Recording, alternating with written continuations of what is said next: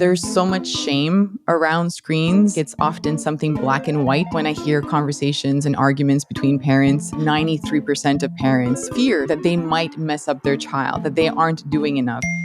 It's not black and white. We should hold space for how some use screens. Sometimes my neuroscientist hat is on and I'm like, this is where I'm going to apply the science right now. But sometimes my mom of three hat is on and I'm like, screw that. Like, I don't need this right now. I don't care about the facts. It's okay to be human. What does neuroscience actually tell us about screens and young children? Hi. Hi, Melissa. How are you doing? I'm good. I'm tired. How are you? I was also a little bit underslept at the beginning of the week. My kid was sick. I was up half the night with him, and then he had to stay home in the morning. It was this day of just like way too much screen time for him and me worrying at the end of the day, did he have too much screen time? He's a 9-year-old, so he kind of like manages it himself. And usually like on a regular day, we manage it for him. But this was definitely like, this was a lot. I think so many parents can relate to that, but you're doing great. And some of my best memories as a kid were when I got to stay home sick and watch TV all day. And either way, it's the perfect day to be having these thoughts because we have Dr. Cindy Hovington here, PhD. She is a neuroscientist. She's a mom of 3 and the founder of Curious Neuron, a global platform supporting parents in over 20 countries. She also helps parents reduce stress, us included, builds confidence, and copes with emotions using science-backed tools. But honestly, the most important thing about Cindy is she gets it. She is a neuroscientist. She is a mom. And she's very no BS. And today's conversation is so juicy. If you are worried about screens and your kid, games, TV, apps, all the things, Cindy is going to explain all of the impact on your kid's brain, what to worry about, what not to worry about, and how to balance it all. Welcome, Cindy. Hey, Cindy. Hi, how are you guys? It's so good to see both of you. I'm really looking forward to this conversation with you guys. First of all, we're so excited you're here. Thank you for coming.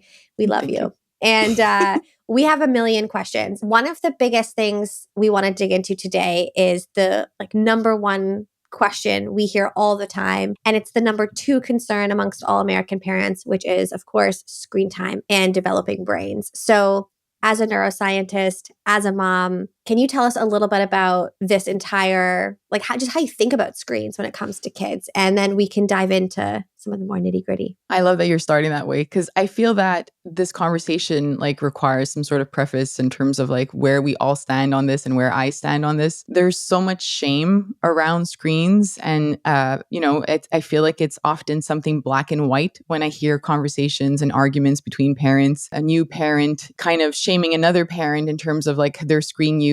And I feel that there's so much gray zone in between that we don't hear about and we don't talk about. I feel that it's not black and white and that we should hold space for how some use screens and have conversations rather than pointing fingers. And that's where I want to begin this because from the beginning with Curious Neuron, I've always shared science and I realized that some of the science made people or parents feel shamed and guilt. Right? Because if you share an article that says, if you do this, there are chances that this happens to your child.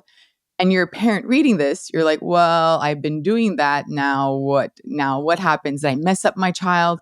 And from our research with parents, we know that 93% of parents, with hundreds of parents that we polled, fear that they might mess up their child, that they aren't doing enough, that they're doing something that's going to mess something up with their kid. And screen time is one of those things. And so if we can just be on the same page for this conversation, for people listening, that we are going to be sharing science, we are going to talk about screens from a factual piece, but also as a mom. And sometimes the facts, they don't matter if I'm sick, if something's going on, if one of my kids are sick, I don't care about the facts. It's okay to be human and to be real and to be a parent. And that's part of it too. And I think that's where, for myself, I get to wear both hats sometimes. Sometimes my neuroscientist hat is on and I'm like, okay, this is where I'm going to apply the science right now. But sometimes my mom of 3 hat is on and I'm like, screw that. I don't need this right now. And that's okay. That's what I want parents to know. And that's what it is. That's true parenting. It's not 100% perfect. It's real. And that's where we can kind of set the conversation for this about screens. And I hope that's where parents want to be for this conversation. I love that because like anything in parenting, it's never black and white. And this is just Never. another one of those things that is really not black and white. And it's newer, so it's scarier maybe than other things, but it feels the same as anything like sleep or feeding or friendships Mhm. and bullying. Like everything has edge cases and needs more context. So with that in mind, can you tell us, what does neuroscience actually tell us about screens and young children? And I think when we're thinking about screen time in kids, kids can be anything from 0 to 18, Mhm. right? So maybe we can talk through a little bit about the different ages of children and how screens impacts them. I mean, maybe to focus today's conversation, we can talk about kids maybe in the school age and under, so maybe 10 and Yeah. under, Yeah. and what neuroscience is telling us about how we can Yeah. think about screens there. So the one thing that is clear is that a child under the age of 2 or under the age of 18 months, that's where I do tell parents, like, let's be a little bit more mindful of screens, what that looks like in our home. Whether it's a TV that's always on in the background, whether it's a screen being used to stop a tantrum or to stop them from crying or to entertain them. That's where I warrant a little bit of more caution for a parent. And in addition to that, how often I, as the parent, am using a screen in front of my baby, because sometimes we feel like they're just there, they're just hanging out and they coo and they make sounds and it's like, yeah, yeah. And then you're scrolling because you're tired and you're bored and you're feeling lonely. And so you're filling up some of that piece through your screen time or social media use, but we're missing very important interactions with their kids. So, from a neuroscience perspective, these interactions or these serve and return interactions with their child, they are building their social and emotional skills. So, a child goes, ooh, ah, and you look at them right in the eyes and you're like, hi, how are you? What are you trying to tell me? And then they're like, ooh, ah, and you're like, okay, that in itself has built some neural connection in your child's brain of, oh, that's my caregiver. When I make sounds, they respond to me. That's communication, the back and forth. When I make a sound, they make a sound. I have no idea what they're saying, but they're making a sound. And so your child is learning that that's the foundation of communication. In addition to that, your child screams and cries, they're in distress. There are increases in cortisol. We don't know why sometimes they're just screaming and crying when they're under 18 months. But when we show up with calm and sort of that, I think of a parent as a leader, right? We're the CEO of our home, of our family, co CEO of our home and family sometimes. And so I think that it's important for us to know that in that moment, my child's in distress and I show up and I say, oh no, what's wrong? Are you okay? Come here, I'll give you a hug. Or, oh, you're afraid of the dog. I got you. We let's do this together. And you hold your child in your arms. Those interactions are building their emotional skills. And so these social emotional skills that a child is building are truly important and start from the moment of birth, not when they start school, not when they're speaking, from birth.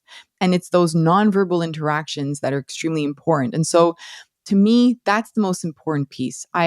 I want parents to know that using a screen to fill in times of boredom or to keep entertaining your child or to meet their demands of emotional needs. So if they're crying and you distract them through a screen, those will not give them the skills. And research has shown us that those will lead to more behavioral issues in kids because they have not built the foundational skills of how to soothe themselves, of having a caregiver that is helping them soothe.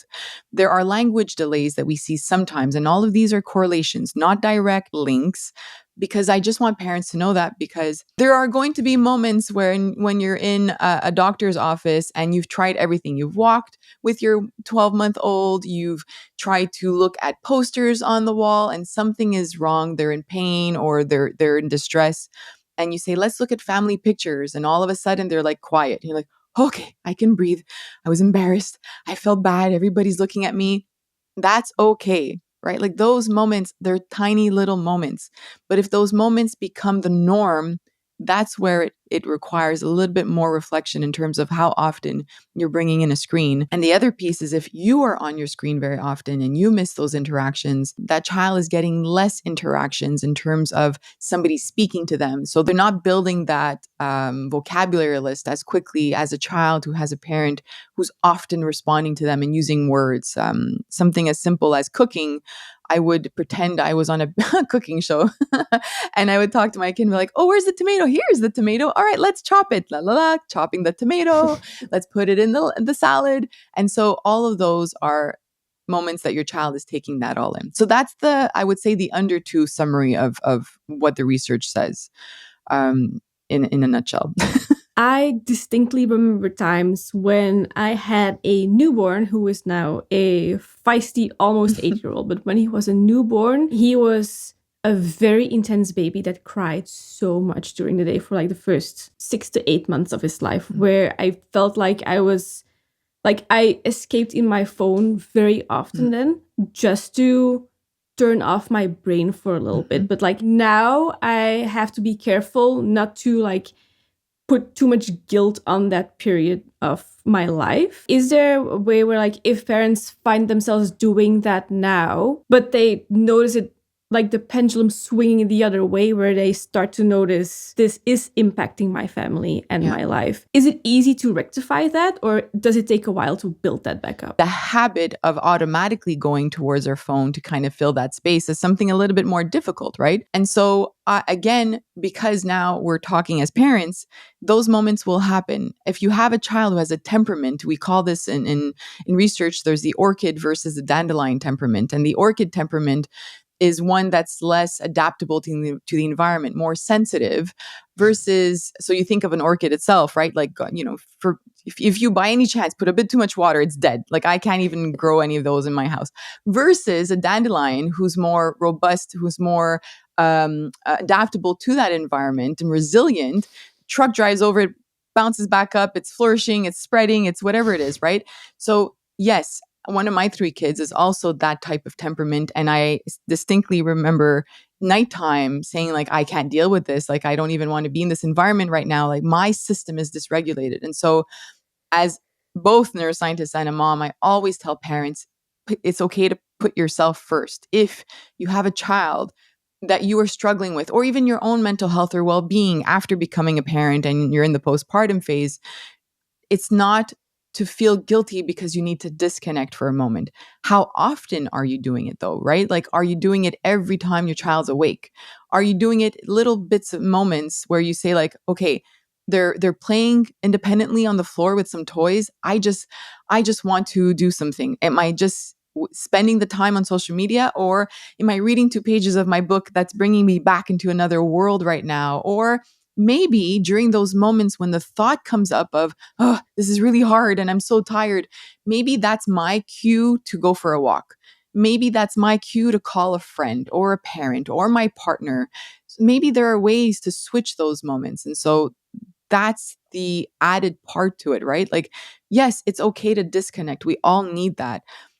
But at the same time, is that our go-to, and is that the only coping mechanism that I'm using to deal with the overwhelm and stress with my child? And when you think about how this changes at 2, 3, 4, these core toddler years, can you talk to us a little bit about what the difference is there? Like, I think this is a bit juicier. I mean, I'm right now I have a 7-month-old and a 3.5-year-old, and That's hard. I'm feeling like both. Like everything you just said, I'm like, okay, taking that in. But the toddler years, I mean, it's intense. Like, how do you think about that? That's constant entertainment, constant. And that's the hard part. And so the evolution of screens in a home, as your child is getting closer to 18 months, 24 months, and you're like, okay, now I'm going to start introducing it. Well, now it's about how am I going to introduce it? And what is the role I'm going to play in this screen time? And what is the role that screen time is going to play in my home? It's not about, again, in terms of what I said, in terms of the parent with a younger child, every time I'm overwhelmed, every time I'm bored, every time I'm stressed as a parent, or even feeling lonely, I'm going towards a screen. Well, now we're going to start asking the same questions, but in terms of the interaction between our child, our toddler, and us, right? So Every time I'm overwhelmed by how much entertainment my child needs, every time there's a moment of pause where there's nothing to do and my toddler is bored and screaming, every time my toddler is in distress, am I introducing a screen? If the answer is yes to that, then it's again a time for us to say, okay, where can I be mindful of these moments and what switches can I make? Because what we know from research is when a toddler has more than 2 hours of screen time per day, there are more chances of behavioral issues by the time they're 7, more chances of emotion dysregulation in that child where they will not learn how to cope with their emotions. And not ADHD. And I want to say this specifically because sometimes there's miscommunication or misunderstandings in terms of what the research says. There are just correlations, links, or relationships that researchers see between a child who is 2 to 5 years old looking at or having more than 2 hours of screen time a day, or even 3 hours of screen time. And when they're about 7 years old, they struggle more with attention, not diagnoses of ADHD, but they struggle more with attention. And that's because screens use a different part of our attentional network in the brain than me reading a book to you or you and I having a conversation. You have to engage a more complex network of attentional parts of your brain when you're reading or when you're listening to somebody versus being entertained by a screen. And so there are different ways that the brain is being used. And so we have to be mindful of that, making sure, and this is what happens with a toddler, they're going to have screen time, but am I strategically using that when I'm cooking, when I need them to stay calm because I feel overwhelmed and I had a really hard day? Maybe 20 minutes in the morning works very well for our family. Where can I strategically place that? Maybe it's all on the weekend and I need time to breathe and my child doesn't have any consequences, right? That's another thing. When you're more attuned to your child, you're like, you know what? They're awesome after an hour of TV, and I get to breathe and clean the kitchen after dinner, and we're good. Bedtime goes well, and everything's fine. Then that's okay. But if you say, you know what? Every single time I end that 1 hour of screen time, my child is screaming, behavior's off the charts. I can't help them calm down. Then they don't sleep well. They don't want to eat. Whatever it is, right? If there's an effect to that, then that's when we say, okay, what can I change? And there are many things that we can change. It's not just, I think that's where the black and white comes in too. Screen time, yes or no? It's not that. It's not, will I include screen time or not? It's when will I start introducing screen time? How does my child kind of react to screen time, right? What is the screen time that my child is being introduced to?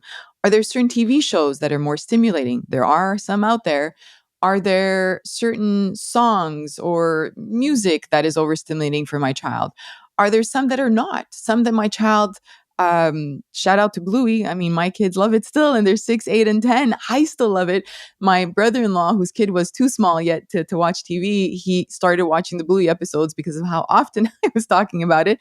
There are so many things that we can be mindful of, and that what question comes back to why our family loves Pok Pok so much. There's a quality aspect to it. There's an interaction piece to it.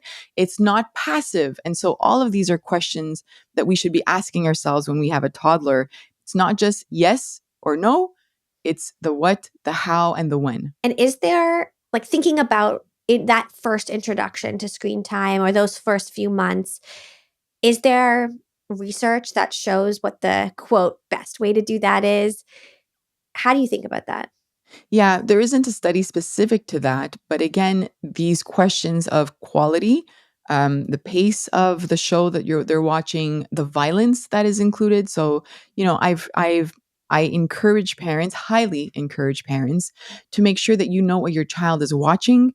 YouTube is not as monitored, right, as TV shows and movies that have ratings. They can slip into this area of watching something that might not be appropriate for them. And so I really encourage parents to take a moment to look at what your child is playing. Video games. I had a conversation with a parent whose child had become very aggressive. And so it's very easy to say, okay, let's fix that child. What's wrong with that child versus what's happening in that environment with that child. And once we started looking into it, this parent in particular had no idea that the video game they were playing was extremely violent. And this is a 5-year-old.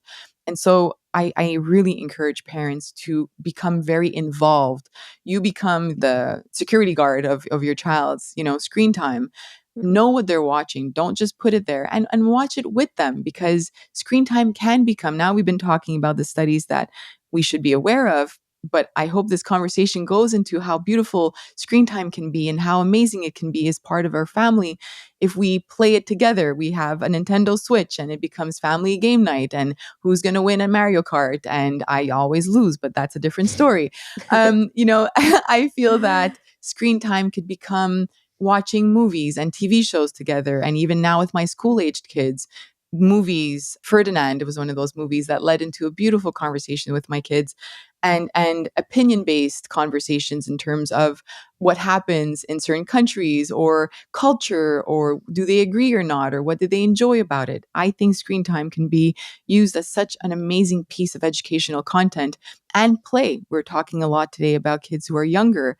Open-ended play is so important for kids 5 and under, and often kids are being entertained. And so if you can have a way to include open-ended play where it nurtures that child's curiosity and creativity, like Pok Pok, then I think that that's where we should be strategically bringing in these pieces that can really support a child's development and education.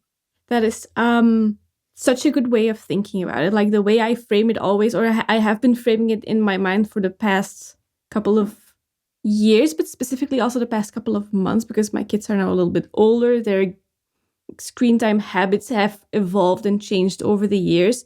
And I used to not be as involved in what they were playing. It was more their dad, who is like more of a gamer himself, and he's more knowledgeable about all of that.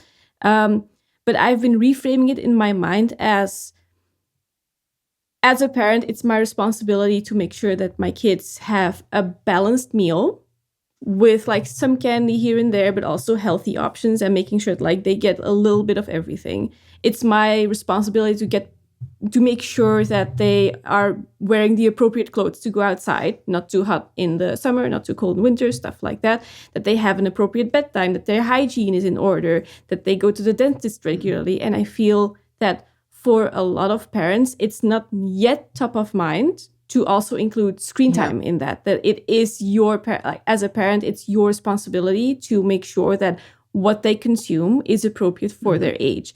And I think with toddlers, it's more top of mind, but as soon as they age out of those toddler years and become like a grade school kid, 5, 6 and up, that's when parents step back more, because they have more, like the kid has more opinions, like my friends are playing this, my friends are playing that, can I play XYZ? Yeah.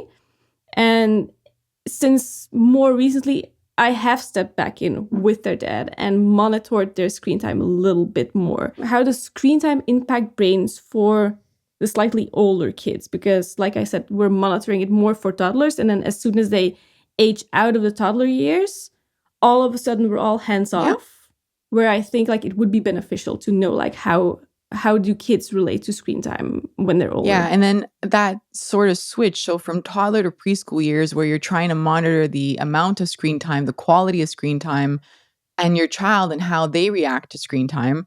Once they're out of that, you're absolutely right. We say like, okay, just do whatever you need to do. I have things to do at home, and I'm gonna, clean up, and here's the remote, here's the iPad, here's YouTube. My kids can read now, right? So they can search whatever they want to search, which is scary. But they can search whatever they want to search on the internet and YouTube. And so I think that moment, that sort of 6, 7 years of age going up, it becomes a different conversation. It's not the amount of screen time anymore. It becomes digital safety, right? And it becomes, am I educating my child in terms of what they're going to look for? The quality is there. That's part of the digital safety for a young child. I still have a responsibility, and you said it very well, Esther, in terms of I still have a responsibility for my 8, 9, and 10-year-old, let's say, to know what they're doing. Where are the screens in the home? This is something I highly encourage parents to follow as well. A screen should be in a family environment. Again, that child knows how to write, knows how to read. Are they on video games that there are other people there? Right? Like, are they? I have heard many stories from parents where they just said, like, I had no idea they were talking to strangers. Like, you need now, as the parent, to inform yourself. There's going to be a little bit of homework that you have to do at that age to know what they're playing. Is it violent? And yes, some parents feel that there's a bit more freedom in their home, trusting their child and exposing kids to certain things that they trust their child will be okay. You still have a responsibility as a parent, and you still have to say, like, this doesn't follow our values in our home. I know that the sentence I've heard, my friends have older kids, and so I laughed once because her son said, "But everybody has one," and she was like, "Who's everybody?" And I said, "You know what? Maybe it's because of my science background, but why don't you run a survey to find out how many people have cell phones? Because every kid has a cell phone, apparently." It's close, but it's not, right? And so just little things like that, right? Like making sure that you have the conversations with your child when they say things like that. Like, everybody has a phone, everybody has social media, everybody's playing these games, that they're talking with other people. Okay, sure. But here are the values and the rules in our home, and they don't align with that. And there's going to be headbutting. I see it.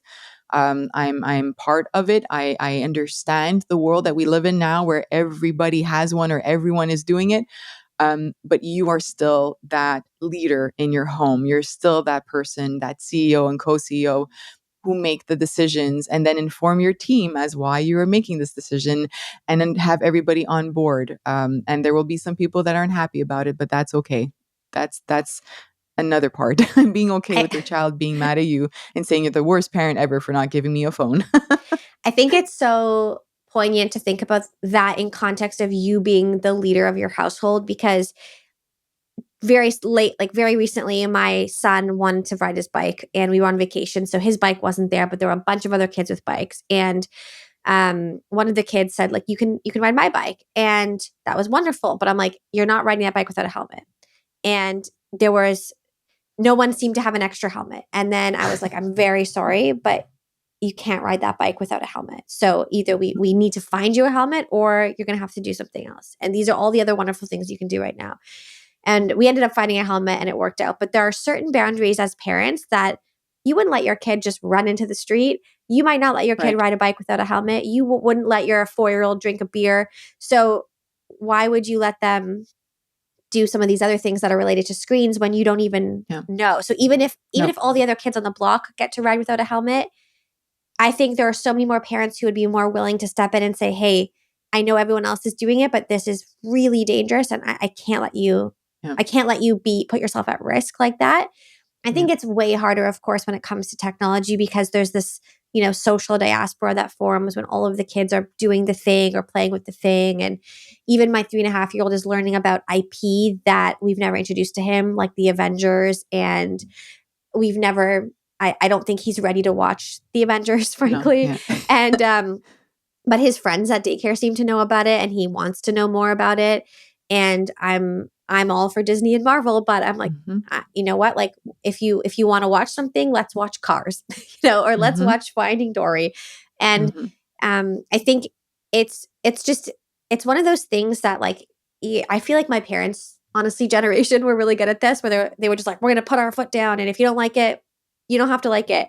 And now in this age where, like, gentle parenting is coming in and everyone's got opinions on social media and the world is living in public so much more than it was a couple of decades ago, this kind of thing is really put on the chopping block for judgment.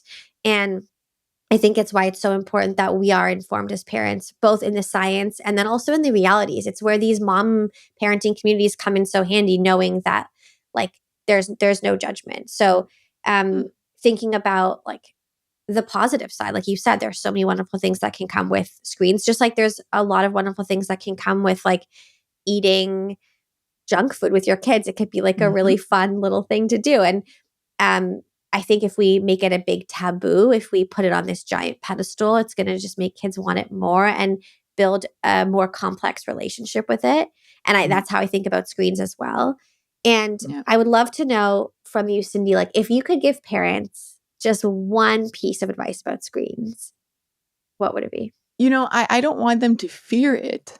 I just see and I hear so many parents, especially new moms, that are so afraid of screens. I don't want them to fear it. I really want parents to embrace it and figure out what that looks like in their home. I don't know if that's a piece of advice, but we did it our way and our neighbors did it their own way and my friends did it another way, and that's okay. It's not a comparison thing. It's what does it look like in my home and how does it lead to a balanced family life? You don't want screens to take over your family life, but it's in the same way as food, like you just described. Like, how do we create that? And I think, Esther, you described it before as well. I think that's the piece. How do we turn it into something that we're making sure is well balanced in our home? Same way with food.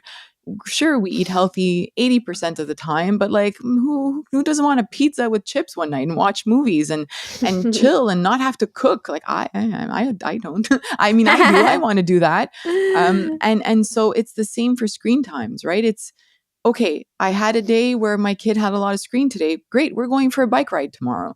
Or they spent the entire morning watching TV, but it allowed me to do the work I had to do. And now I can go out and be present with them and connected with them. Then that was in my book, that's a positive.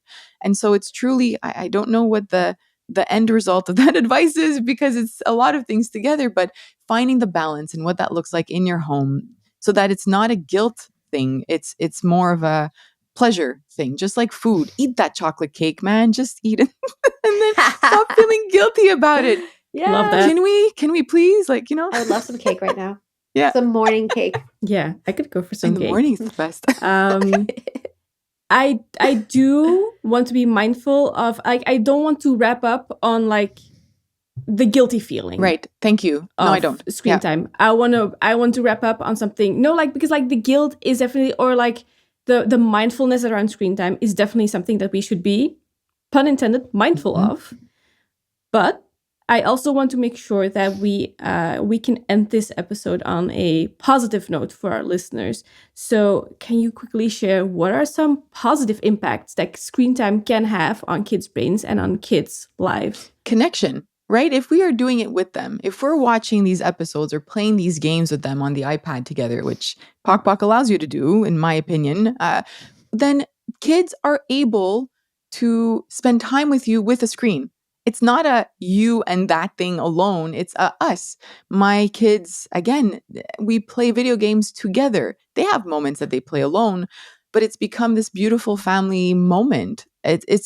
So I really do think that when you start to balance it and you start to think of like, what does that look like in our home with our family? Then you start to say, hey, as a family, we love Friday night movies. We love playing certain games together. We love talking about that after. It creates some good family dynamics and like learning how to trash talk, like whatever it is. Like, I love that kind of stuff. Yes, trash talk. Good, healthy trash talking. I do feel that like it leads to so much connection and so many beautiful moments. And so everything that we spoke about today, I know that there's some research that was shared, but I hope that parents can see that as a twist of, now I know this, and now I feel super empowered with this information to move forward and build this family dynamic, includes screens. What does that look like in my home? It's not a this or that, it's a this and that. Let's bring it into our family and see how it can create moments, memories, and stories for us to tell later. I mean, even myself, I think of screen time when I was young. I have beautiful memories of TV being part. I was raised I would go to my grandparents' house and I would watch the Flintstones at lunchtime and Sesame Street and Mr. Rogers. And those were all part of my childhood memories. But making mud pies outside were also part of my childhood memories, and playing with rocks and sticks and having the freedom to explore the outdoors. That was part of my memory. And so what are the memories that we want to build in our child's lives that equally balance playtime and screen time and exploring and creativity and being connected as a family? So let's bring that in. I feel like there's so much disconnect these days. Something that parents often tell me is that they're not present. There's so many amazing movies out there. How do we watch these TV shows and movies together and create those really beautiful memories. That's what I want parents to do. I love that. And I think you hit something really important. I just want to hone in on before we kind of, leave listeners here, which is we have to be present as parents. And that is so hard sometimes when you're Mhm. working, you've got the household that you're running, you have kids, like life is crazy. And it's so easy to walk around with the phone in your back pocket, which I do all the time. And even like, I'm almost ashamed to admit it, but like sometimes I finish my work day. I go get my kids. They are, we're doing things. It's dinner, it's bedtime, it's all of the routine. At some point, I like run to the washroom. And of course, my phone's in my pocket. And I'm like, oh, I'll just quickly like answer an email while I go pee. and Yes. and then I come back and I think, oh, that's not a big deal. But when I return 3 seconds later, my phone is not visible. It's gone. It's away. But my brain, Yeah. maybe 10% of it is still on that email I just sent or that text message I just responded to. And I think this is the buck starts and stops with us as parents. It's like, how do we separate our own selves from these devices when we're around our kids to the point where it's not becoming a toxicity? How do we make sure that we're feeling present and balanced as well, so that when we do interact with screens, we can set an example for our kids, and that our kids don't see our hands glued to these devices constantly, but that they see that we can also step away from them. And that, yeah, it can be hard sometimes to do that. And sometimes it's actually not fun, but that is so important. So I feel like one thing I know we talk to a lot of parents about in our community is that feeling of like we're all addicted ourselves. And so much Yeah. of the fear of screen time for our kids just stems out of our own insecurities and shame around the way that we use devices. And so I think one thing I think about at least a lot as a mom is how my husband and I, or anyone in our family, is bringing screens into our family unit and how we use them around our kids, in front of our kids, and how we construct our days to make sure that we can be as fully present as possible with our kids, even though it's really tough. And honestly, some days I would say I definitely fail at that. But I think being aware is just so important because it's, our own brains are at stake too. Like you said, you have to take care of yourself to show up really well for your parent. It's that classic analogy of like being on the airplane, you have to put your own mask on first, and then you can put the mask on your kid. And if we don't take care of our own relationship with technology, I think it can also be something that is passed down to our kids. I think the word like I failed at that stands out to me and with the work that I do, right? Like because and it's true because I feel that as parents, again, it's a hit or miss. It's I passed or I failed. I did well or I didn't, right? It's that, and I think that I think of the book. It's Anne-Laure Lecomte. There's a book called Tiny Experiments, and it reminds us that nothing is linear. Everything is in like these like it's non-linear, and so same thing with screen time. There will be days that we, in quotes, fail, right? But it's actually a tiny experiment. It's giving you data. I like to see it this way as a scientist because what's this telling me, right? And so what if and it goes back to what Esther said at the beginning as well, if I have a newborn and I'm constantly scrolling, what is it telling me? Am I lonely? Am I overwhelmed? Am I not getting enough support? Do I feel that I have needs that are not met? What is it telling me? And similarly with a child who's older, if I'm giving them a screen every time they're bored, or if I'm giving them a screen every time that we're in the car and again, that's boredom, I guess, or they have to wait. Am I uncomfortable with boredom? If I'm on my screen every evening while watching TV and my partner's sitting beside me and we're not having a conversation, what is that telling me? What's the information that I'm getting from this?